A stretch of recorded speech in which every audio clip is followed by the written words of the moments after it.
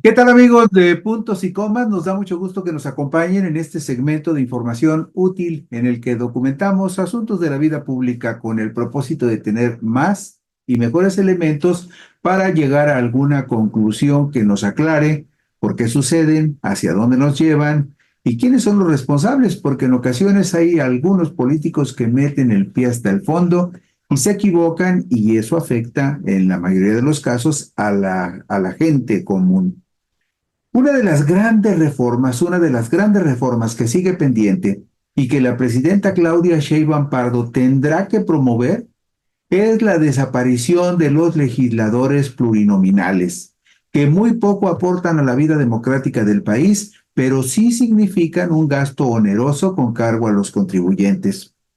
Los llamados plurinominales se han convertido en un botín de las dirigencias partidistas y de las camarillas que controlan los partidos políticos.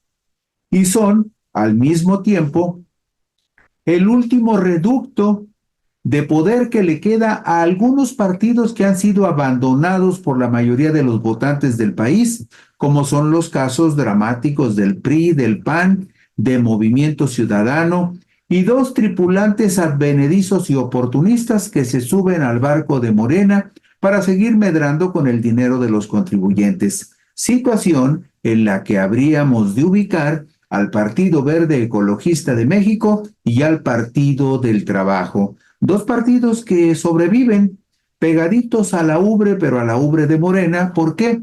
Porque los votos que Morena de alguna manera les obsequia son los que les permiten hacer ese 3% que la ley exige para que sigan funcionando como partidos políticos y para que sigan recibiendo prerrogativas con cargo a los contribuyentes.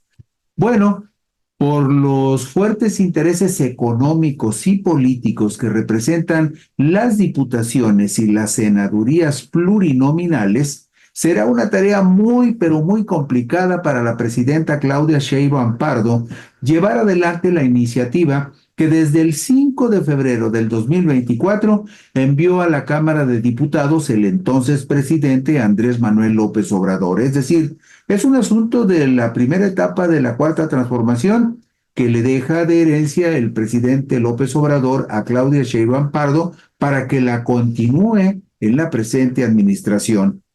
Y la principal resistencia para una reforma de esta naturaleza la tendrá la presidenta Sheinbaum Pardo en los coordinadores de sus fracciones de diputados y senadores en el Congreso Federal, Ricardo Monreal Ávila y Adán Augusto López Hernández, respectivamente, quienes habría que recordar que para complacer a sus aliados del Partido Verde Ecologista de México, aceptaron diferir la prohibición de las prácticas del nepotismo electoral que la mandataria del país propuso se aplicara a partir del 2027 y por decisión y negociación política de Adán Augusto López con la gente del Partido Verde y después con el respaldo de los diputados que coordina Monreal Ávila, esta disposición que la presidenta pretendía que se aplicara a partir del 2027, porque hay por ahí varias familias que quieren heredar gubernaturas en el 2027,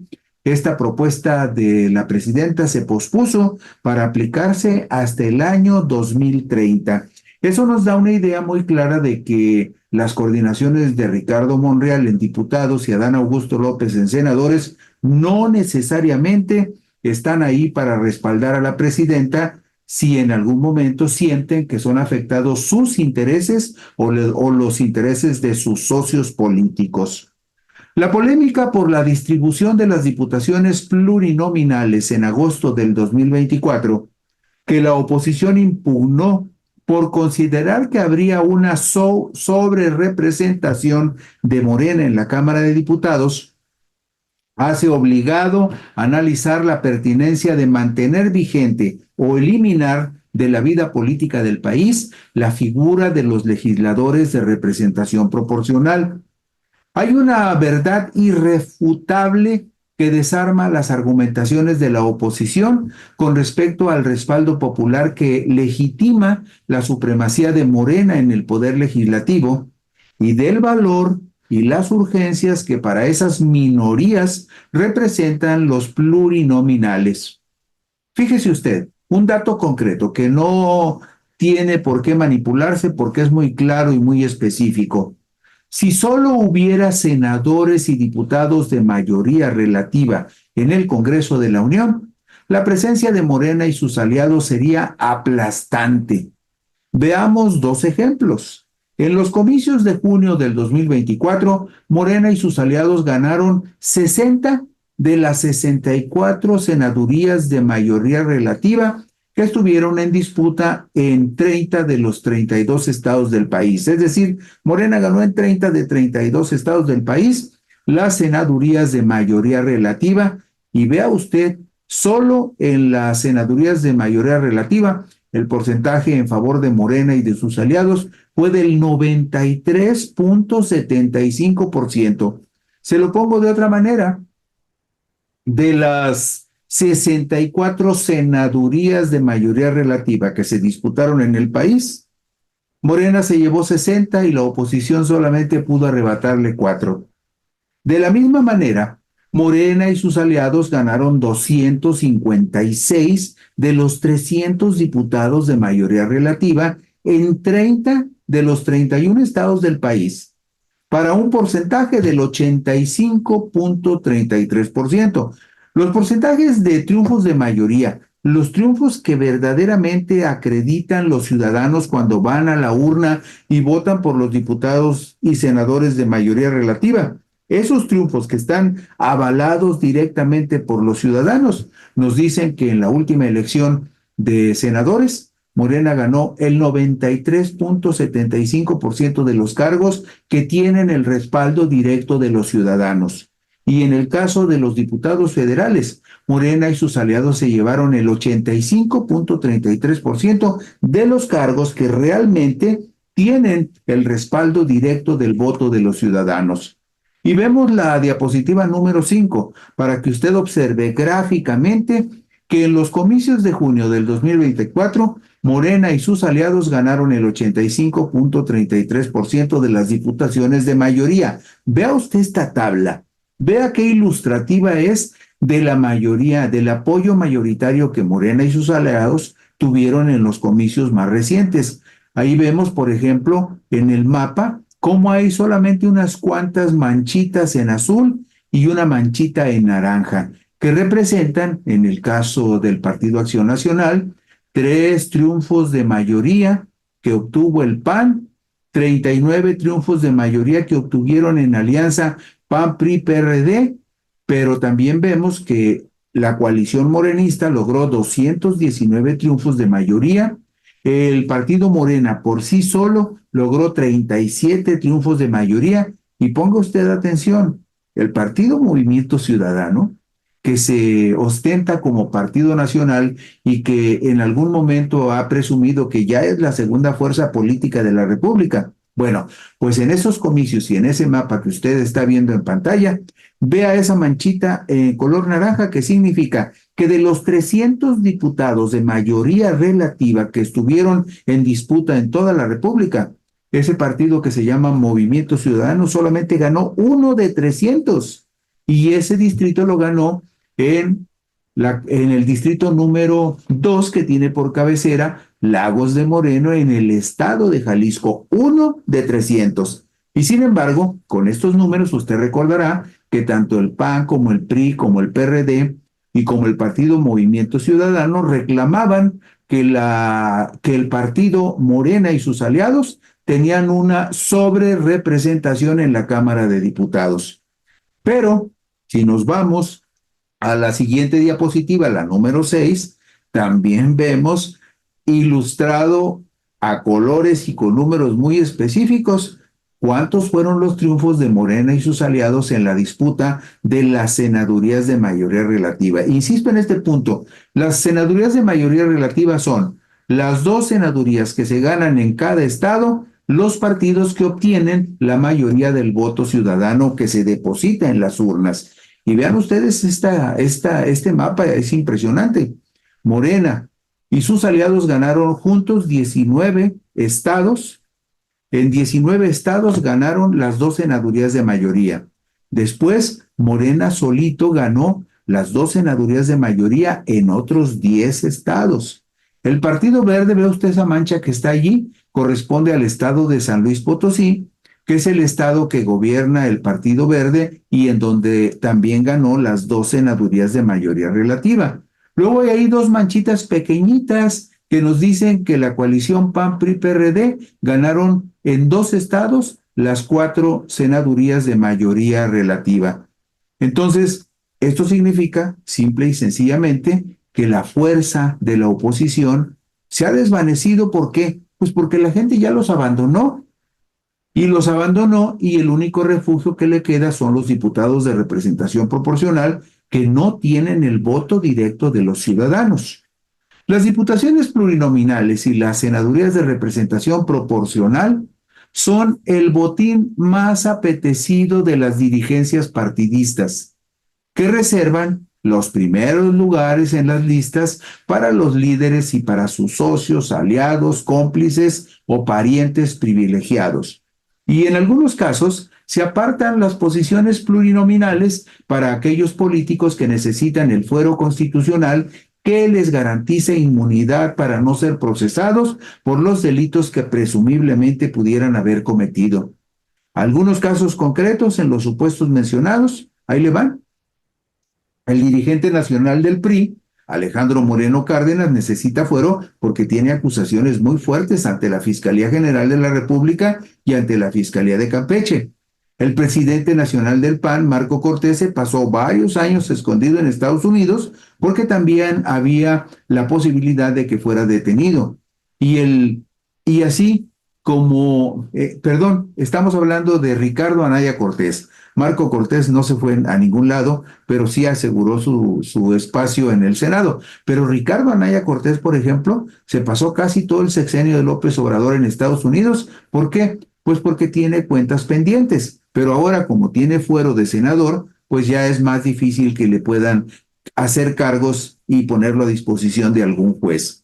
Alito Moreno y Anaya Cortés, sobre ellos pesan serias acusaciones de presumible corrupción ante la Fiscalía General de la República. Esos son 2 casos muy ilustrativos de para qué sirven los plurinominales, tanto en la Cámara de Diputados como en la Cámara de Senadores. El papel de los diputados y los senadores plurinominales es sumamente discutido y criticado por la sociedad, pues se considera que son de poca utilidad para la República, a pesar de que directamente nadie ha votado por ellos. A diferencia de los legisladores de mayoría relativa en ambas cámaras, que sí reciben el apoyo o el rechazo directo de los ciudadanos en las urnas. Otro elemento importante es que la reducción de los integrantes en ambas cámaras también contribuiría a hacer menos oneroso el financiamiento del Poder Legislativo, que ha experimentado un incremento en el gasto para los contribuyentes del 342% entre el año 2000 y el 2024.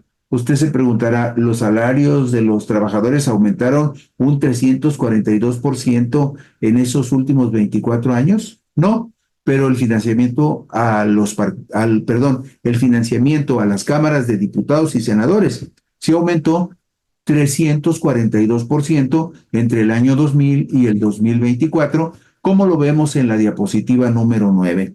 Aquí vemos año por año, 2000, 2006, 2012, 2018. En esta diapositiva número 9 vemos cómo se ha ido incrementando en conjunto el financiamiento del Poder Legislativo y también por separado vemos el financiamiento de Cámara de Senadores y Cámara de Diputados y vemos, por ejemplo, que en el caso del financiamiento al Poder Legislativo como tal, el Poder Legislativo, usted lo sabe, lo integran las 2 cámaras en conjunto que se denominan Congreso de la Unión. Bueno, pues este Poder Legislativo no le costó a los contribuyentes en el 2024 16,760 millones de pesos, un incremento del 342% con respecto al año 2000.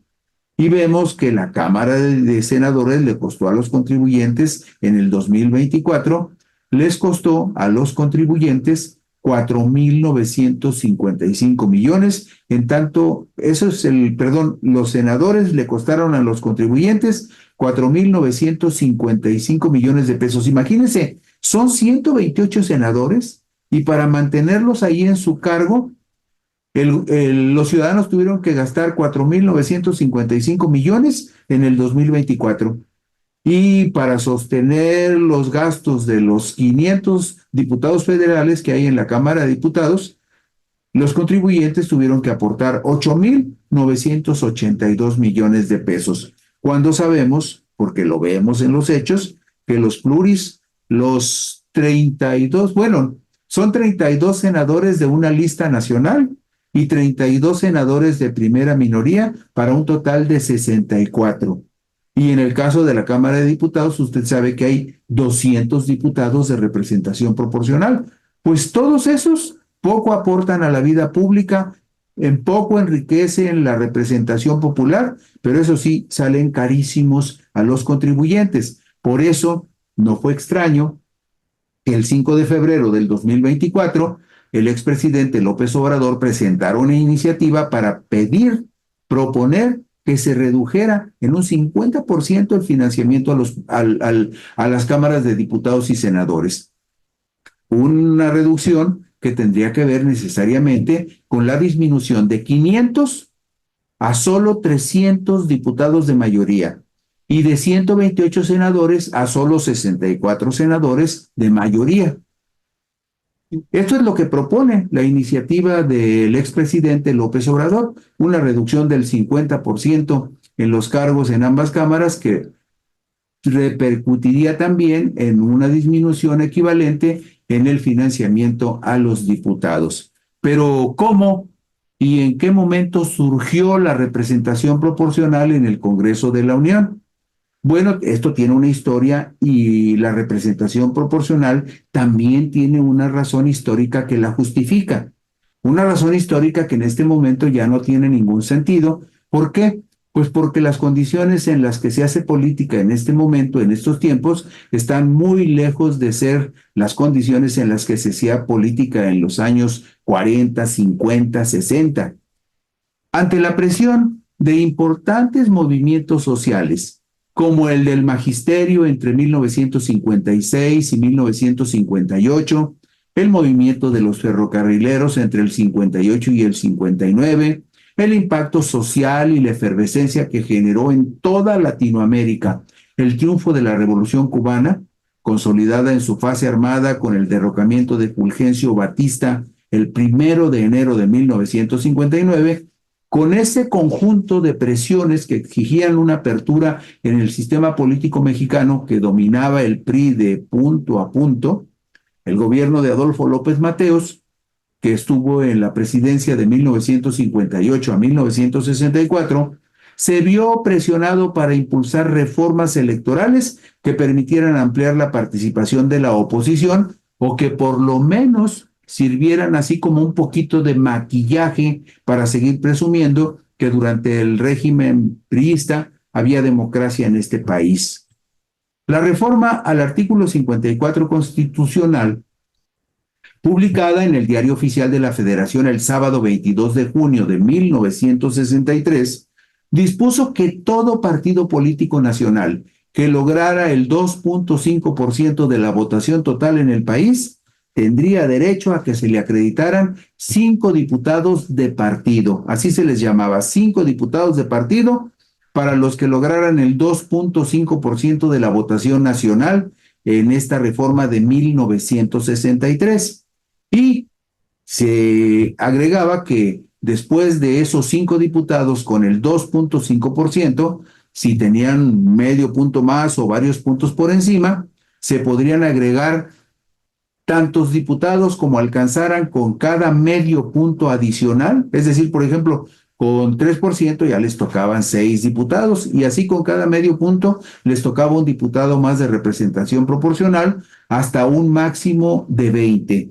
Sin embargo, hay muchas personas jóvenes que no lo vivieron y que no lo saben, pero en esa época era imposible ganarle al PRI, excepto que el PRI estuviera dispuesto a repartir algunas migajas para que la oposición le ganara algo.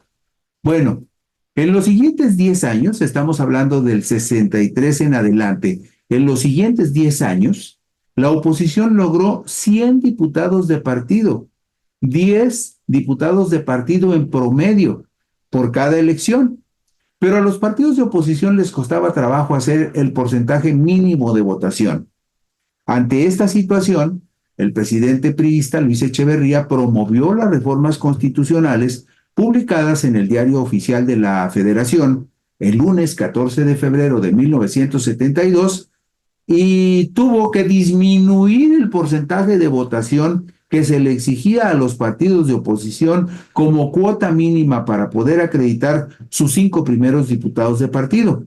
Entonces, como vieron que pues, era muy difícil que la oposición hiciera el 2.5%, decidió el gobierno que había que bajar el porcentaje al 1.5% y al mismo tiempo se aumentaron las diputaciones de partido que podía obtener un partido de oposición al pasar de 20 a 25 curules. Pero esa era pura simulación, puro maquillaje, porque en realidad nadie ganaba una elección de presidente municipal, de regidor, de diputado local, de diputado federal y mucho menos de senador, si no tenía la bendición del gobierno y de su partido, el Revolucionario Institucional. Y eso pasó prácticamente durante 70 años. Se simuló que aquí había una democracia. Los cauces de participación abiertos en 1963 y en 1972 no fueron suficientes, pues entre 1970 y 1974 se desarrolló en la Sierra de Guerrero la guerrilla organizada inicialmente a través de la Asociación Cívica Guerrerense, con Genaro Vázquez Rojas al frente, y el Partido de los Pobres que tenía como líder a Lucio Cabañas Barrientos. Fue en esa época también, el 29 de agosto de 1974, cuando se perpetró en Guadalajara el secuestro del exgobernador y refundador de la Universidad de Guadalajara, José Guadalupe Zuno. A él lo secuestraron las Fuerzas Revolucionarias Armadas del Pueblo, que se identificaban con las siglas FRAP. También, entre 1973 y 1977, operó en varias regiones del país la célebre Liga Comunista 23 de septiembre. Se presume que un comando de esta organización guerrillera fue el que terminó con la vida del empresario regiomontano Eugenio Garza Sada el 17 de septiembre de 1973. Todos estos acontecimientos que le narro condicionaron al gobierno para ampliar o simular por lo menos que se ampliaban los cauces de participación democrática para la oposición, pero en particular para la izquierda.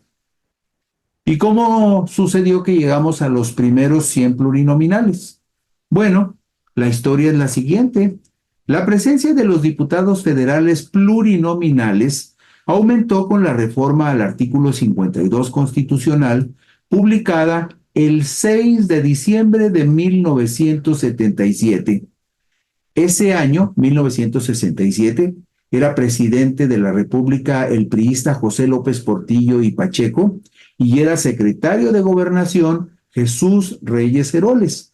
Jesús Reyes Heroles era un caso muy singular. Era miembro de número de la Academia de Historia de México. Escribió una obra memorable que se llama El liberalismo mexicano. Son 3 tomos donde describe todo lo que pasó en la época de la Reforma. Y además era un hombre que tenía un talento especial para la política. Bueno, pues él promovió la reforma de 1977 en el gobierno de José López Portillo. Y a partir de entonces habría 300 diputados de mayoría relativa y 100 de representación proporcional. Ahí surgen los 100 diputados de representación proporcional. Con la reforma del artículo 52, estamos hablando de 1977, cuando surgen los primeros 100 diputados federales de representación proporcional.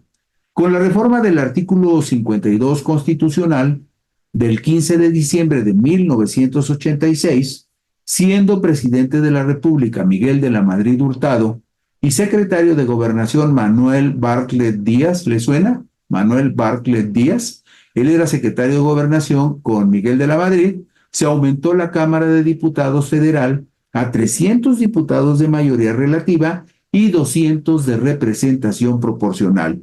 Y así como un simple dato cultural, ese señor Manuel Bartlett Díaz es a quien todo mundo acusa e históricamente se le señala como el secretario de Gobernación responsable de haber manipulado la elección de 1988, cuando llegó a la presidencia Carlos Salinas de Gortari en una elección que históricamente se presume que fue fraudulenta en perjuicio de Cuauhtémoc Cárdenas, que encabezaba el Frente Amplio opositor.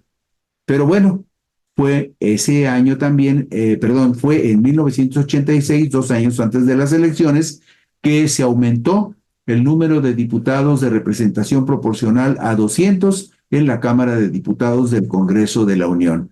Y mire, veamos la diapositiva número 19. Esta diapositiva es muy interesante por una razón, porque aquí vemos claramente que en las elecciones del 2024, las más recientes, fíjese bien en el segundo renglón en azul, donde dice Partido Acción Nacional. El PAN ganó solo 31 diputados de mayoría relativa, pero por la vía de la representación proporcional se llevó 40. Vea usted el caso del Partido Revolucionario Institucional, la Franja Verde.